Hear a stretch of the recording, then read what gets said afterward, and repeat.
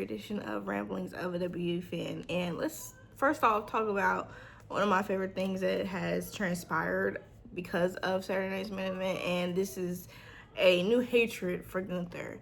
Not because I don't like Gunther, but because I really have enjoyed his craft. I mean, in the past year, looking at it for Gunther, it was highs and lows. A lot of well, I'm gonna say a lot of lows, but highs and lows.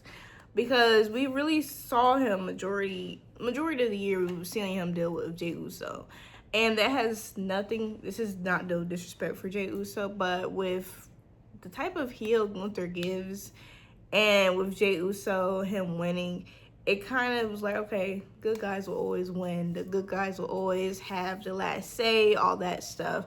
So for him to kind of end off this year with retiring John Cena and showing, no, life goes on, the bad guys, that type of, like him really redeeming his bad guy qualities and also showcasing the skills of other wrestlers with the tournament. I really have enjoyed Gunther. I really have. And I mean, to respond to the hatred like life goes on, and then it'd be like the people in the back, they know where I am, I'm not a hard man to find. That energy, hey, I don't care what you say about the Vision and how they're being amazing heels, but I don't know. They're not on the same level as Gunther, and Drew McIntyre's not on the same level. I don't know too many heels that we've really been seeing this year, but the ones that I've noticed, the ones that I'm saying are the ones that have been getting a lot of attention, and they're just not touching Gunther. They're not. Seth, you're not touching Gunther. It's just real life hate now, and I love that. Thea Hale won the NXT North American Championship. I don't know if it's North American. I think it is. I'm sorry. Well, she won it against Blake Monroe, which seems like it was a fluke, a botch, or whatever. And all I have to say to that is, things like this happen. Things like this happen. So I don't like the fact that a lot of people are just hating on Thea. Like, I mean, it was not on purpose. A lot of people are saying because of her reactions it was on purpose. No, she still has a job to do at the end of the day. She still has to make what she does look believable so we all can really tune in, make us want to tune in. And that's exactly what this is doing. I mean, Blake, she will have chances again. This is not like this is going to be her last time ever being close to a championship. It's okay. And they're in a developmental brand. These are things you learn. So on the main roster, less things like this happen. But even on the main roster, we see things happen like this. So it's never that serious. It's never that deep. She shouldn't say fire y'all. Like those, like literally I saw a hashtag saying that. Like it's never that serious at all. Never that serious. When it comes to what happened, I'm not a pro. I'm not to the point where I could say I'm just a expert on this topic of, how they do things, the timing and everything. But from my perspective, again, there was a moment where Blake could have, but there is a moment where the ref could have, I don't know. Because it seemed as if Thea let up a little bit. So those whole things of Thea was putting her down, no, she lifted up a little bit. And again, you have to make this believable as somebody pinning. I don't know, but these are just lessons both of them can learn, and even the ref can learn. So next time, things like this doesn't happen. But I really like the unpredictable. I don't know. I like when things are unpredictable and even if this was like a part of it all, I love when things are unpredictable. So if she was literally supposed to win the title, which I don't think she was, because they played Blake's music on it, and they were in Mike Rome wasn't even saying anything. So the bell didn't ring. So it was not planned, but I like things like this. I really do. I mean, now I'm pretty sure people are going to be more tuning in to CW to see what happens next week. I do feel bad for Thea, though, because there was folks were supposed to go home. The holidays, they were supposed to be out, but they had to stay. Now there's a new rule. You gotta stay to, even when you're done, you gotta stay.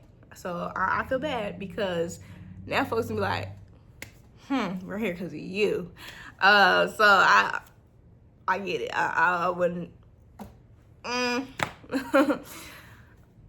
Well, we're still talking about things I'm not too much of an expert on. Let's talk about, I saw the promo with MJF and Swerve.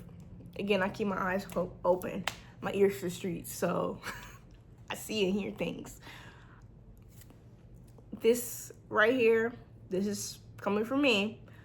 I get MJF is one of those corny type of heels, you know, took some books out of the Miz's playbook, made it his own. All that stuff, he's not supposed to be liked. He does a very good job at that. But cheap reaction to call Swerve Diddy. Like, make the comparison. Like, what you mean by that? Because they don't look like, number one. Number two, two different guys. Two different guys doing two different things. I'm like I might not know everything about Swerve, but he never gave Diddy to me. He never gave that to me. So to compare a guy who, I don't like it. I didn't like it. Bad taste in my mouth. And I have no problem with saying that. Bad taste in my mouth. Like, they're both, like, Swerve is no good guy. So it's weird. Weird. Because why would you do that? There's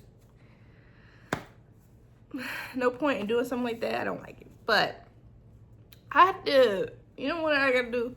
I have to say, I appreciate Mick Foley's realness, because a lot of people wouldn't do something like this, period. He's decided to not sign another legend contract until Trump is out of office, or WWE starts being so chummy with him. And for real, you're always entitled to your own opinion, but to take a stance like that and stand on business, and it's Mick Foley. So who really is going to, how he's still going to get opportunities? It's Mick Foley. He's still going to get opportunities. So, but to make sense like this, I really respect it. It's a real dude, real guy. Let's talk more of heels. Seth Rollins had a little interview or whatever, talking about in this new era, IWC, all that stuff, contrarian stuff like that. That's how I'm gonna word it. About how heels have been always liked. It's not just this era, but I do agree with Seth, like, in this era where everything, the curtain is pulled back, where you get to see everything, heels are liked a little bit on a different level still. I will say that I think it's always been easier to be a heel, because you don't have to be in a good mood or have good reactions 24/7. Because the time where you don't have a good reaction, the time where you have a stale looking face as a good guy, everybody's gonna be speculating, oh, what's going on? Are you turning heel? No, bro, they just have a bad mood. Like, those type of things. But when it comes to being a heel, I think there's many interviews of wrestlers saying it's always easier. Because I remember the Bellas, I think, have said, like, it's so much easier to be a heel because you don't have to you don't have to do too much to make somebody like you. You can do whatever you want, basically. But when it comes to Seth Rollins, when it comes to a lot of heels, to still be a heel and be liked to the point where people are playing with you, Dominic Mysterio did a fantastic job at that. And I don't know what I think the crowd just has respect for his work ethic and things of that nature. And Gunther, the guy, he plays a perfect douche. So it's not too much work that needs to be done. And I'm thinking of Logan Paul when people are saying heels and not liking. And of course, I do feel as if people kind of forget the fact that, like, genuinely people don't like Logan Paul. This ain't about wrestling. This ain't about playing a character. No, folks just don't like you. They just don't like you. Which, it's like, is that what makes a perfect heel? But at the same time, it's like, it's not because you.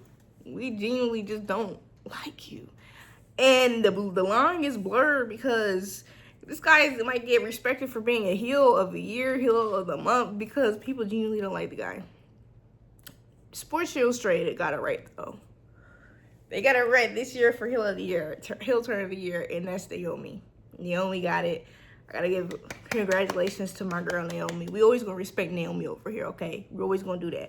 I don't care if she is on maternity leave. We gonna act like we're gonna respect her work, because she was really, I can't think of any other woman superstar that really did it this year. Like, we can talk about 2 belts with Lyra. Who's making that impact? Who made that impact this year? Can't think about anybody else. This is no bias intended, because as I'm saying that, I'm trying to think of people who really outdid her. And I can't think of anybody. I can't think of anyone, because promo of the year, heel turn of the year, moment of the year, that cash in, that money in the bank, moments of the year. I cannot give it to anybody but her. So, Sports Illustrated got it right, you know what I'm saying? There's times where they do get it wrong. We've already know those times. Especially the fact that she was nowhere on a lit. Wait, was that Bleacher Report? That was Bleacher Report. My bad, Sports Illustrated. Bleacher Report is the one who gave the top 100 or something like that, top 50 women's wrestlers, and Naomi was in the top 10, and Naomi wasn't on the list at all. Criminal, and we gotta do an investigation on that. But you guys let me know if anything wrestling related you guys want to talk about. I'll be in the comments. Thanks for watching. Please like, comment, share, and subscribe, and I'll see you guys next time. Bye.